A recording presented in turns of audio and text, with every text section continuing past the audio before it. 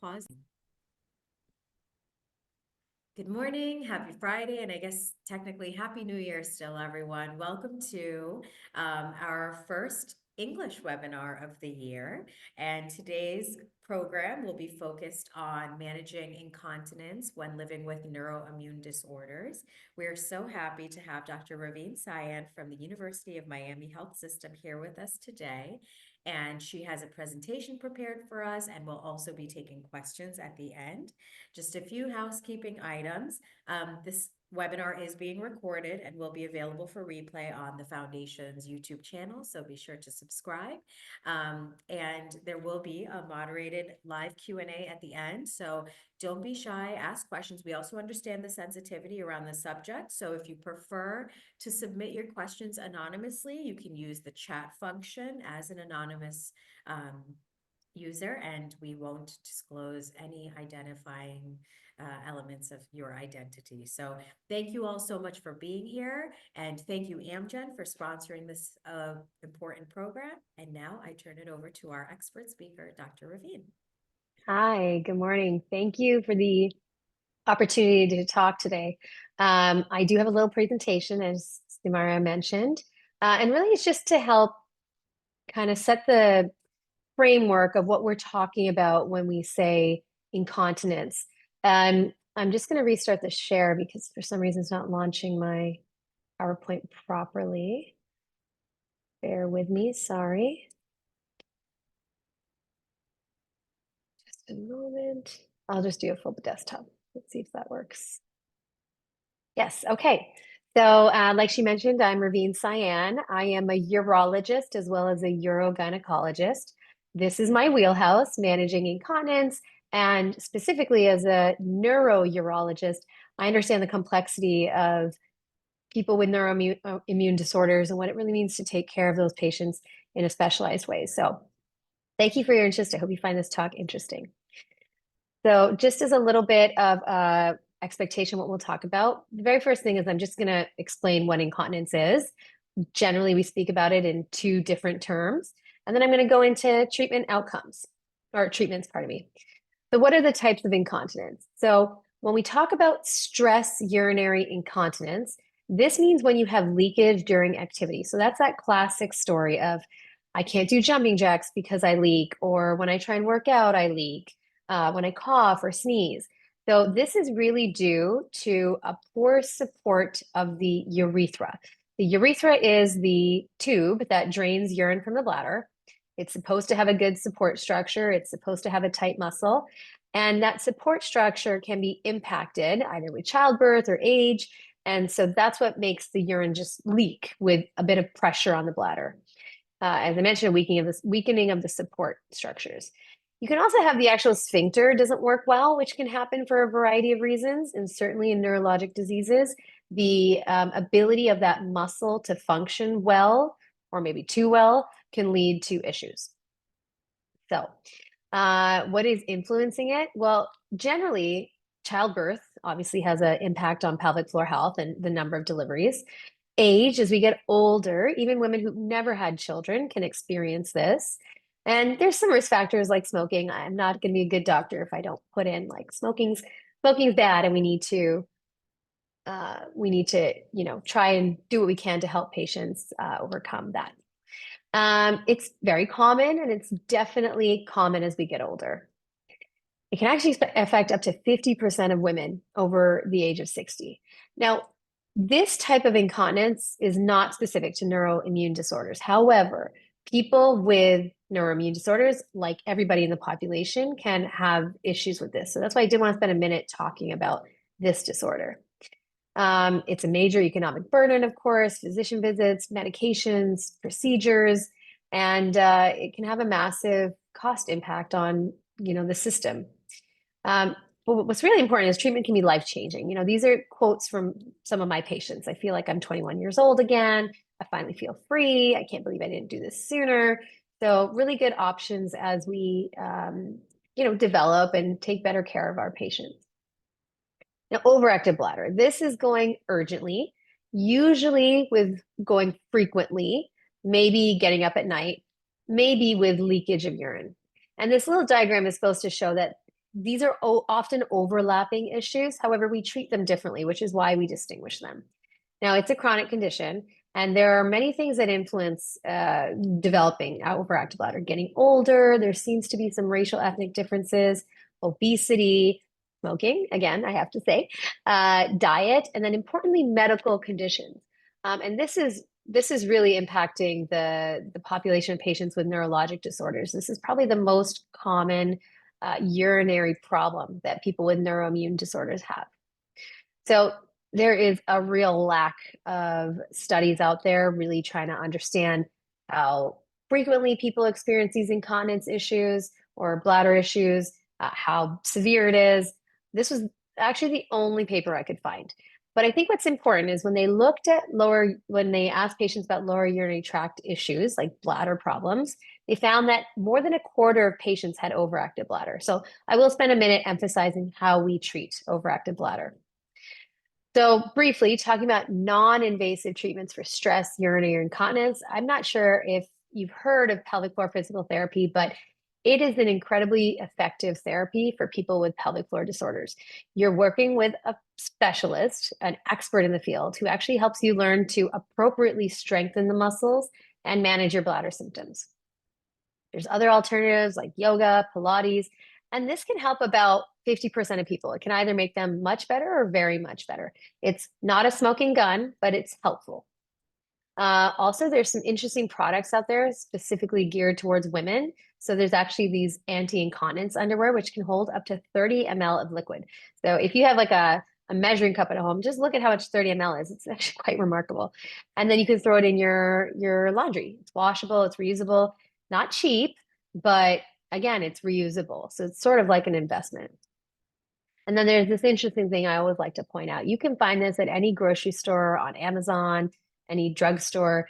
They look like tampons. So for women, it's an often very familiar thing to use. You insert it just like a tampon. Unlike a tampon, though, however, it has this kind of bulging aspect that compresses on the urethra. And that just helps prevent that leakage. It kind of creates a support for the urethra. It's again a little expensive. It's really good for situational leakage. Like if, example, you are doing a workout and you have leakage issues. This is a great thing to put in, but you obviously can't leave it in too long, just like a tampon. Now, overactive bladder, there's a lot of lifestyle modifications that you can implement when it comes to overactive bladder. So, we always say caffeine. Caffeine is a major bladder irritant. I put a picture of a coffee cup, but I always take a minute to explain to patients that tea has very high caffeine. So don't think that you're avoiding the caffeine when you switch to tea. Make your decisions. Nobody's saying you can't drink tea or coffee. However, it's important to at least examine how reduction of these drinks can maybe help your symptoms without surgeries and procedures and medications. Soda, even carbonated water is a bladder irritant. There was a really popular article that was going around probably last year where they were kind of emphasizing, carbonated water is bad for your bladder. It's not inherently bad for your bladder, but if you have a sensitive bladder, an overactive bladder, then yeah, it's going to make your symptoms worse. So you want to think about reducing that. Spicy foods, interestingly, can cause some overactive bladder, and excessive water intake. Now, this is something I have to spend a little time with patients. We were taught probably in the 90s and 2000s that just drink water, drink water, drink water. It's good for your skin. It's good for your life. It's good for everything. And people took it a little too much to heart. And now you can see people like trying to drink a gallon or multiple gallons of water a day. That's a lot. And of course, you're going to pee often. How much you need to drink, you should listen to thirst. The body is designed to tell you when it needs water. So listening to thirst is important.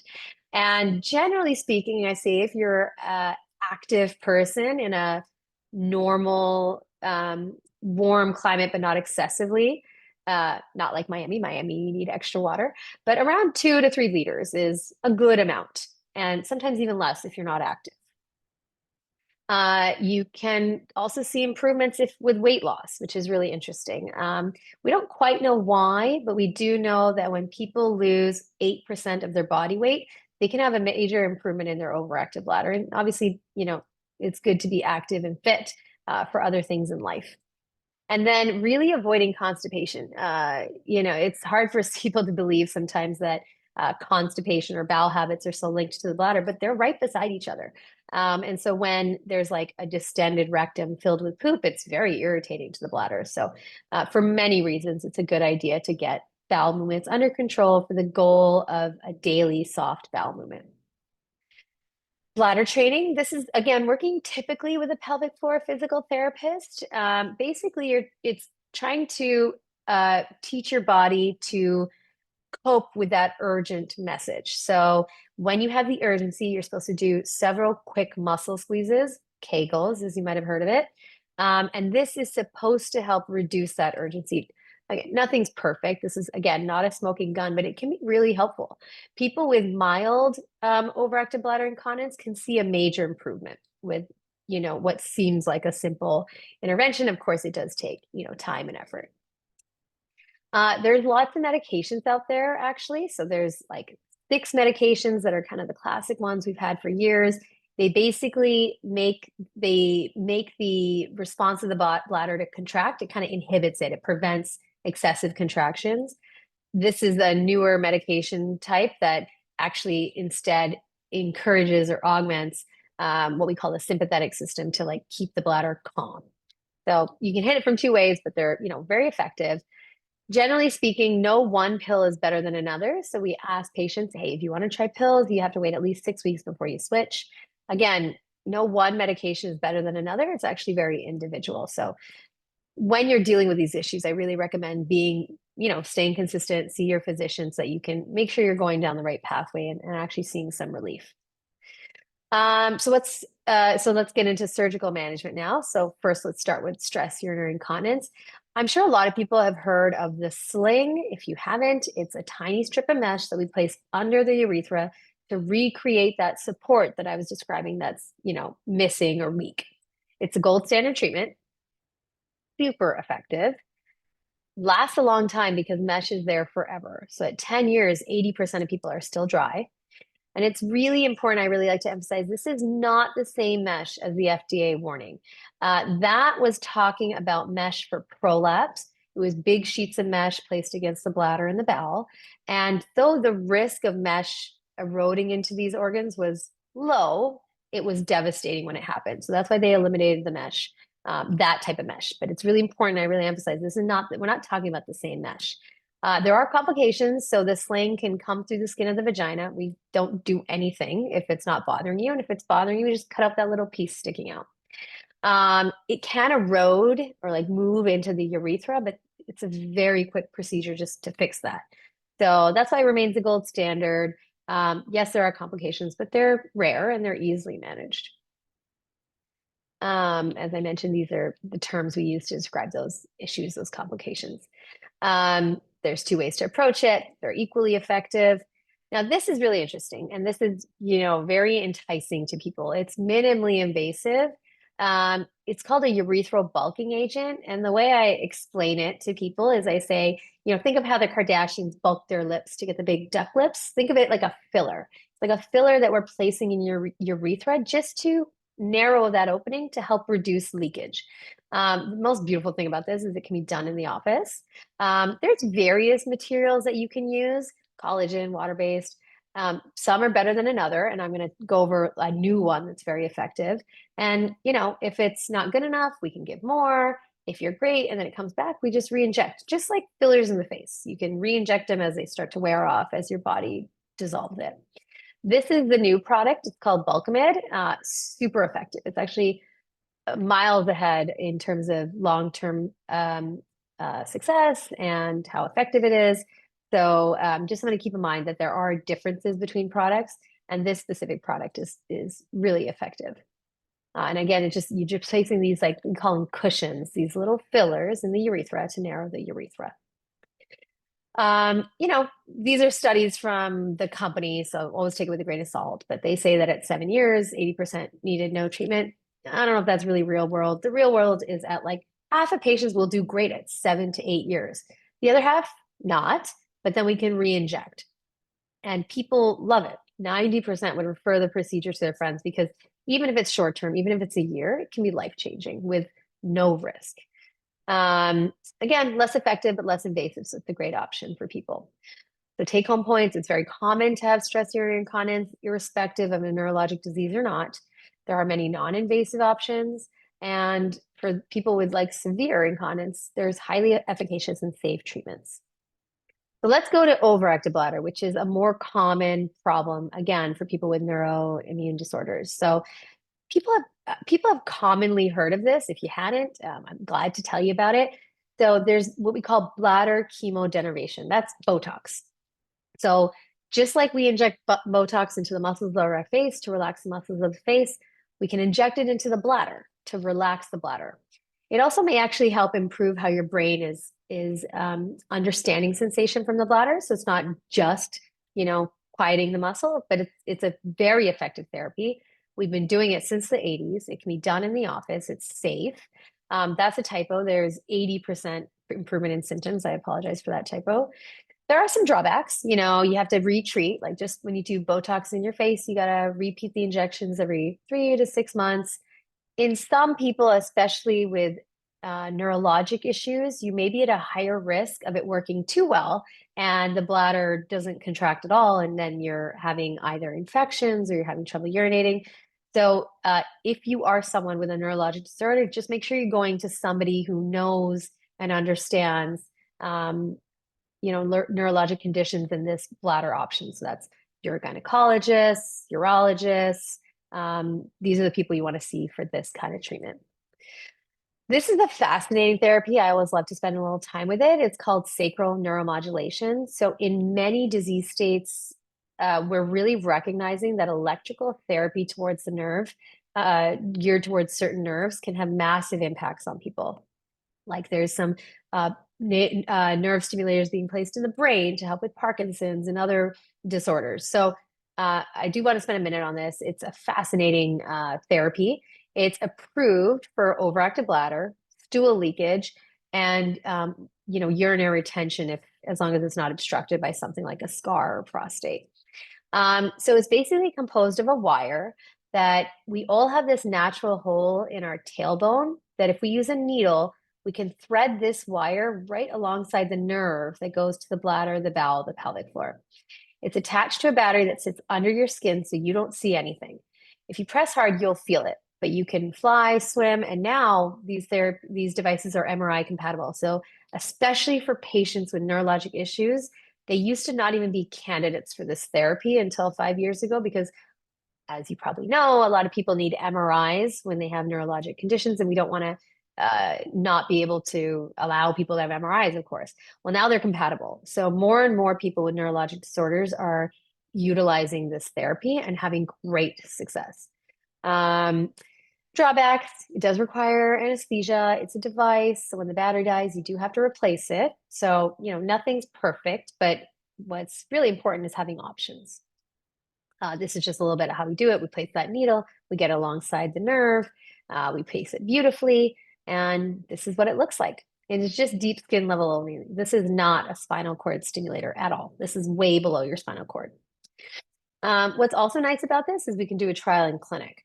So in clinic, we just numb up the whole back area over the tailbone, just like when you go to the dentist. And we place 2 needles to thread these 2 little wires that look like dental floss. They are attached to a temporary battery. Everything's covered with gauze and waterproof dressing. And for 4 to 7 days, you walk around, you live your life. You can sit on it, sleep on it, drive. You can even shower, just the front only, so you keep the back dry. And then we take out the wires, good or bad, and we see how you did. 90% of people see an improvement with just this simple office test.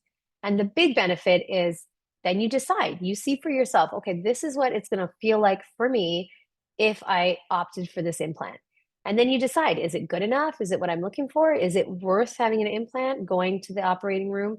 Minor procedure only, skin surgery, but still an operation. So again, just a really new option for people with neurologic conditions. We've been doing this since the 90s, but again, it's not really been an option for people with neurologic disorders in the past. So I really like to emphasize this option with patients with underlying disorders like we spoke about. I won't get into that. Now, there's also the most minimally invasive therapy possible once we get past pills, and this is called a peripheral tibial nerve stimulation. So at the level of our ankle, there is a nerve called the tibial nerve that connects all the way back up to the level of the spinal cord and is connected with the nerve that I was describing with the stimulator to the bladder, the bowel, the pelvic floor. So the point is it's supposed to act like the nerve stimulator. It's giving electrical stimulation to that nerve to try and make it work better, make basically less oversensitivity to volumes, makes the muscle function better, etc. It's not as effective, obviously, because it's, indirect, but it's completely non-invasive. So we basically use an acupuncture needle at the level of the ankle. You come into clinic, you bring a book, and you hang out for 30 minutes, and you just get a little buzzing therapy to the ankle. It's a time commitment. It is a 12-week therapy, so 30 minutes once a week for 12 weeks, but zero risk and, completely non-invasive. So as I mentioned, multiple visits. If you see a real benefit, you can get maintenance like once a month, once every 3 months. So really, when should you seek care? Anytime. Anytime you're having questions or concerns about the way your bladder is functioning or how you feel when you pee or even stool issues, come seek care. And especially people with neurologic conditions. I mean, people with these issues are disproportionately affected by bowel and bladder issues. So absolutely come at any time. People with different types of leakage, you don't know which one is which. Again, just sit with a physician who with experience who can help you understand it and understand your options. Prior surgeries, and really, if people just want to have further interventions. So take home points, great options out there. Just come and seek care. If you're in the Florida area, would love to have you in our clinic at the University of Miami. But there's many providers out there who can help you. I know this is a group of people coming from all over the United States. So thank you. Thank you for your time. What an excellent presentation. Thank you so much, Dr. Syan. It was as I expected, nothing less. Okay, so now we're going to take questions. And like I said, we understand the sensitivity around the topic. So if you prefer to ask, anonymously using the chat function, you most certainly can. But just to reinforce, this is very much a safe space. This is for educational purposes, no judgment whatsoever. I will start by saying that I've actually been a patient of Botox for urinary incontinence for years. And it was such a life-changing experience for me. I do it now once a year, and it's super easy. I just go into the OR. For me, they do it in the OR under general because I don't want to remember anything. Mhm. But it's quick and it's fast acting, and it's been really helpful. So I'm super grateful to all of these interventions to help with incontinence. I do have a question for you. Is incontinence related to sexual dysfunction in any way?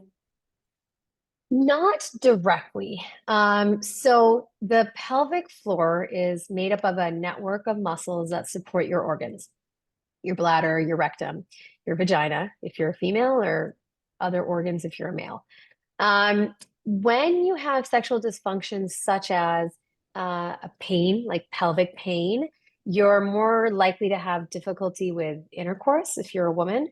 Yeah. And then that also, because it's supporting the bladder and the bowel and it's really tight, it can sometimes make it painful to urinate, painful to have a bowel movement, difficult to get urine out. So they are indirectly related.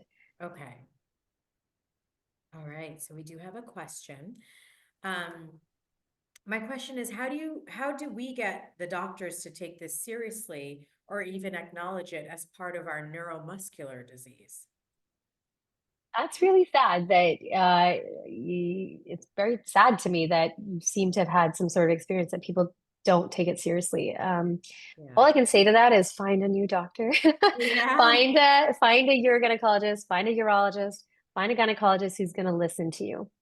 Because it's just ignorance. I mean, if that person doesn't take it seriously, then they just don't actually understand the disease. Now, I'm not trying to say get rid of your doctor, just know like that doctor is not going to help you with that. And so time to find somebody who can.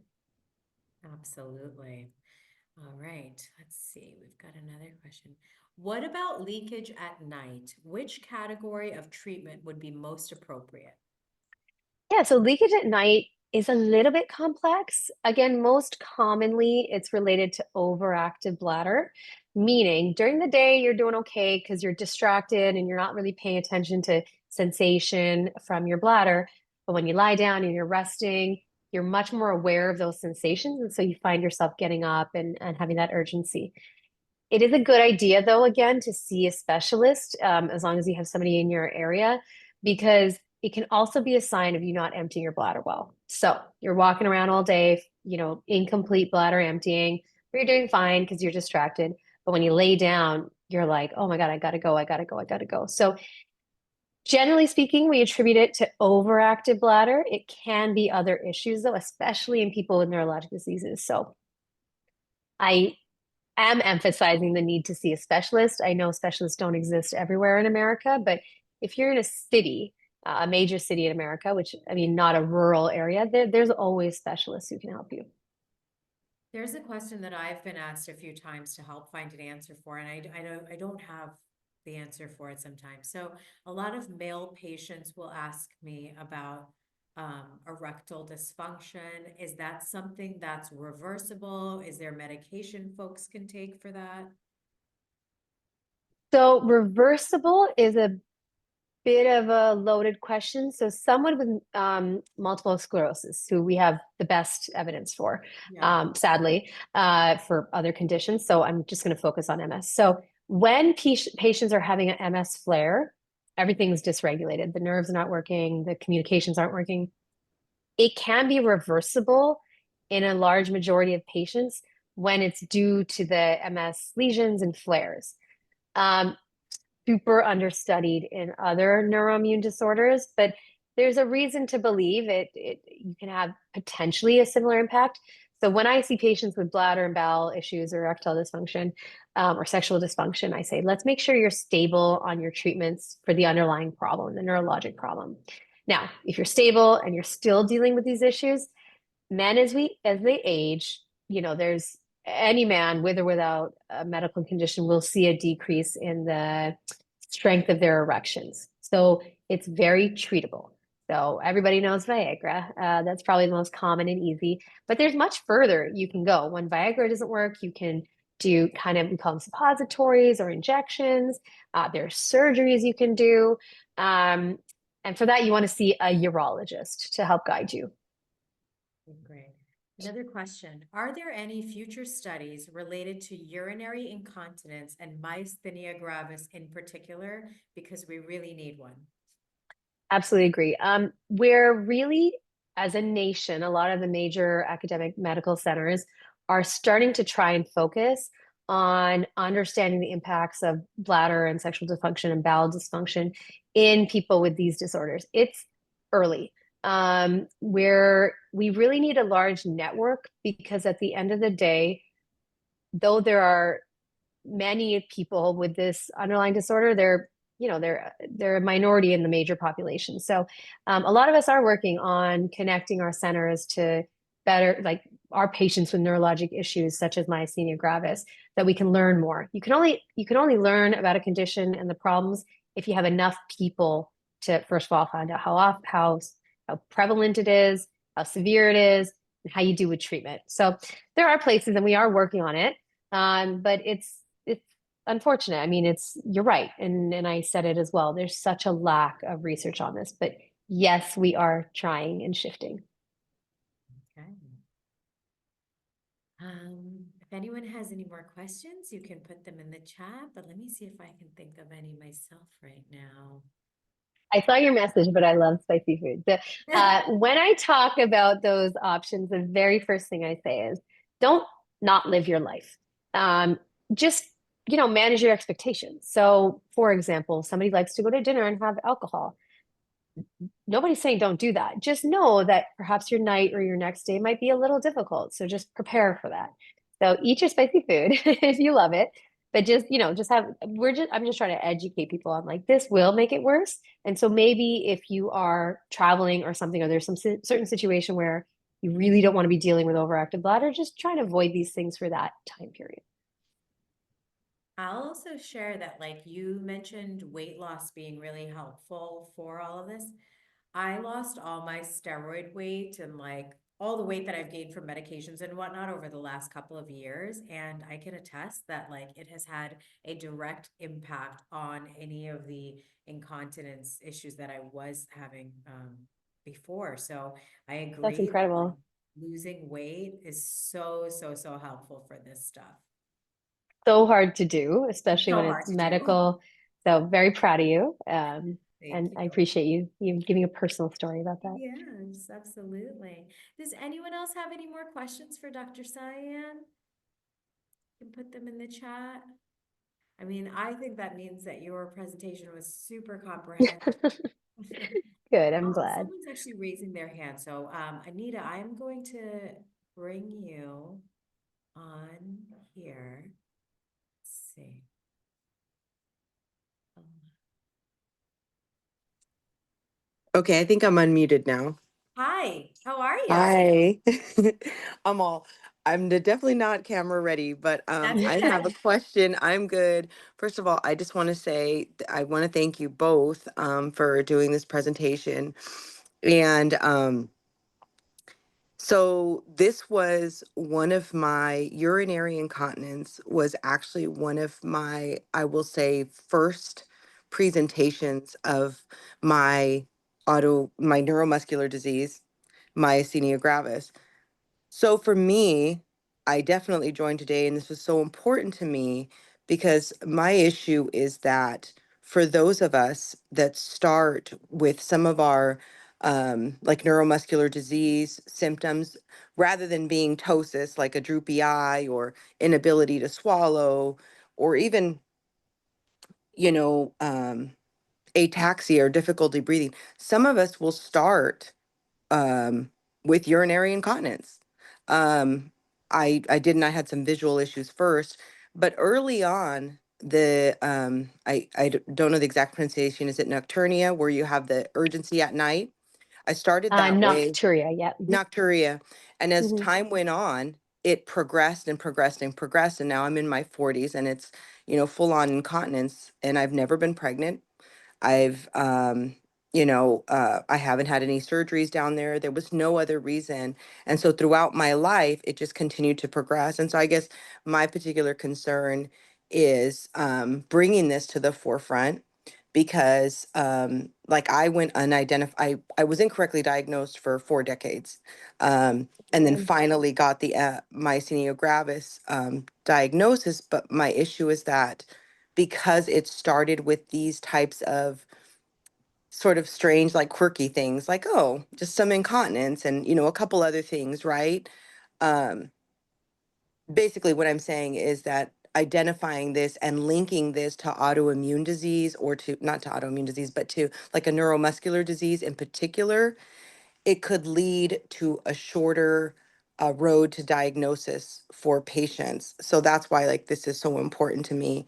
And I just wanted to say, um, thank you, and to also raise that, as a concern and as an issue that if something like this can actually start to be acknowledged in women rather than getting written off, like, oh, this is happening to you because you're a woman or because you've had a child. This is a symptom that we have early on that Mhm. often goes unrecognized as part of our neuromuscular disease. So I don't know, I just wanted to add that to the conversation, and I really do hope that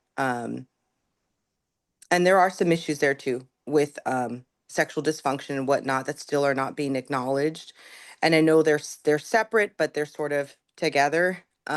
Absolutely. There's a lot of stuff that's going on down there, and the sooner that we start to link that to the neuromuscular disease, maybe when women start with these issues first, um, testing can start so that they can get diagnosed faster.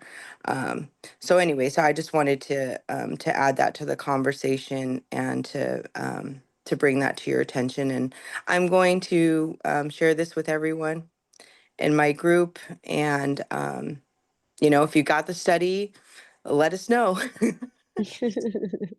Thank you. No, that was great. And you're right. Actually, with again, we know more about MS. So Like 20% of MS cases are diagnosed because of urinary issues. So you're 100% right. In an ideal world, the gynecologist, the urologist, the neurologist, the PCP thinks about these things. But really, that's why it's so important that you guys, these kind of advocacy groups, because it's easy to get dismissed. Like you said, women get dismissed very quickly about urine incontinence. And so I think it's wonderful that you have these kind of these kind of webinars to like uh, show people like, hey, this is real, this is serious. When things aren't making sense, you advocate for yourself and do the best you can to find a provider who will listen to you. Yeah. And so that physicians pay attention and they look, when a woman is complaining of these kinds of things, that neuromuscular disease or, different neurologic, issues come to mind. Like at least Hmm. keep it in your mind that, hey, this could be a sign that this person is, depending on what other symptoms are there, because usually there's not just one symptom, there's like a variety of things going on, but that is one of them. And that, it should, how could I say, like basically make them aware, raise that awareness, ring that bell in their head, like, hey, you know what? This might be something going on, because it certainly would have helped me. Yeah. It sounds like it. Well, thank you for sharing that. And it takes a Mhm. lot of courage to come on a webinar and share all of that. So we appreciate Oh, like I honestly, I'm super open about it. I started talking about it a long time ago because it was one of the first things that happened to me. And I'm not in any way shy about it because I'm already in my late 40s. Most of the women who start with this problem are in their early 20s, early 30s. And they, anything that I can do um, to help them so that they don't go through what I went through, um, that's why I do it. And Yeah. that's why I'm vocal about it. And everybody in my group knows I pee my pants. It's not that big a deal. I love it. I Good mean, for you. in the sense that, in terms of the You're component of it. normalizing it. Yeah. Yeah. I mean, it's one of the things that goes along with us. And until we start saying it and raising our voices, physicians are not going to hear it. There are some studies on it that already bring it up as an issue, and I did see a urogenital gynecologist finally this past summer, and as soon as she went to test me, I mean, it was immediate. She saw it was, and it was great to have that validation. That's the other thing I'd say to anybody who's like, considering exploring this. As much as you might be embarrassed about it, like the validation that you get when you go in and actually get examined by an expert that is a urogenital gynecologist, Hmm. um, it's very, very validating. And it is what it is. It's not going to change. It's better to have somebody there who's an expert who can help you to go through your options, to go through the options with you. Thank Absolutely. you, Anita. There's someone in the chat who said the myasthenia gravis medicine mestinon can increase active bladder incontinence and symptoms as well. That's It's true. Yeah. Um, Yeah. I mean, that's really where it's important to have that. My experience is I'm a neurourologist, so I'm biased, but I have a very close relationship with my neurologists, and they know any bladder issue, they don't have to, they just send them right to me, and then we can figure that out. And yes, it is evidence-based that people with bladder issues and myasthenia gravis on mestinon should have the lowest dose possible. Yeah. All right, we have another person. Oh, Marie, you there? I am here. Can you hear me? We can. Okay, yes. So I have a question. Um my question is, could you talk a little bit more about the e-stim, Mm, and can a person that has had like a muscle rotating flap on their sacrum ever get it if they need to get it? Great question. So let me answer the second question first. It really depends on the flap. I mean, if it's a complex flap where, there's like a minimal blood supply and it's, you gotta be really careful with it. Maybe not. But then you're still a candidate for the other one, the ankle one. So Definitely options. Anytime you've had kind of any sacral surgery, though, your doctor has to just be mindful of all this.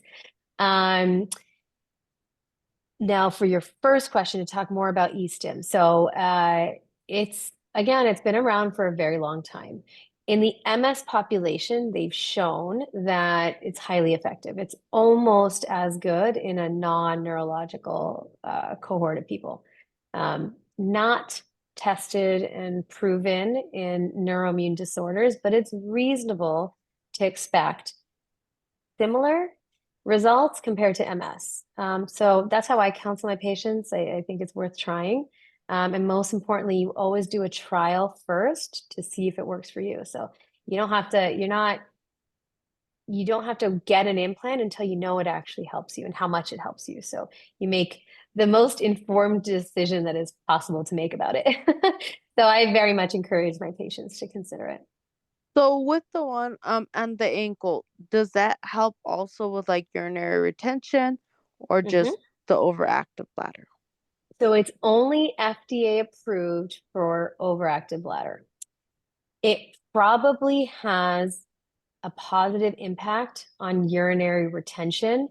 It's difficult for us to actually study it because we can't really, you know, study something that's not FDA approved. You can use it as an off label, but it just gets a little complex. But generally speaking, most of us believe that, yeah, there's no reason why if direct sacral neuromodulation is proven to be effective in urinary retention, there's nothing wrong with trying the ankle. Again, the benefit of ankle is it's completely non-invasive. So it's a time commitment and it's a burden of travel.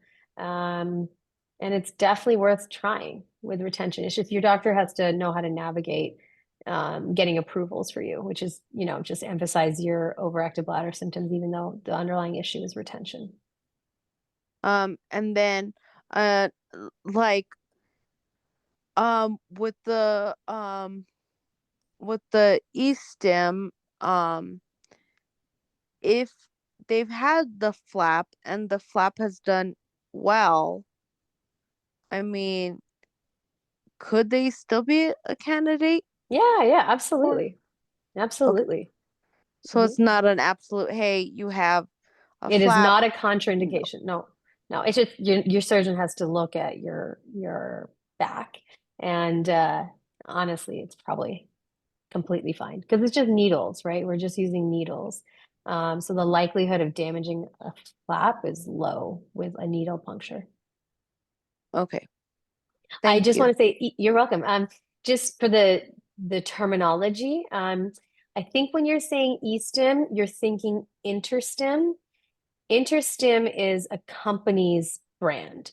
It used to be the only thing on the market, so people used to use it interchangeably. There's now another company out there, and it's called Axonics. So just so you know, if you're ever having conversations with physicians, the right terminology is like nerve stimulator or sacral nerve stimulator, just so that they know what you're talking about. Okay, yes. Thank you so, so much. You're welcome. Well, we're at time. Thank you so much to everyone who tuned in and to everyone who will watch this after the fact. But most importantly, thank you, Dr. Syan, for this great presentation, your patience, and just your knowledge and expertise on this kind of sensitive topic. Thank you. Thank you for the opportunity and happy to be here to help support and educate. Wonderful. Have a great weekend, everyone. Bye. Bye.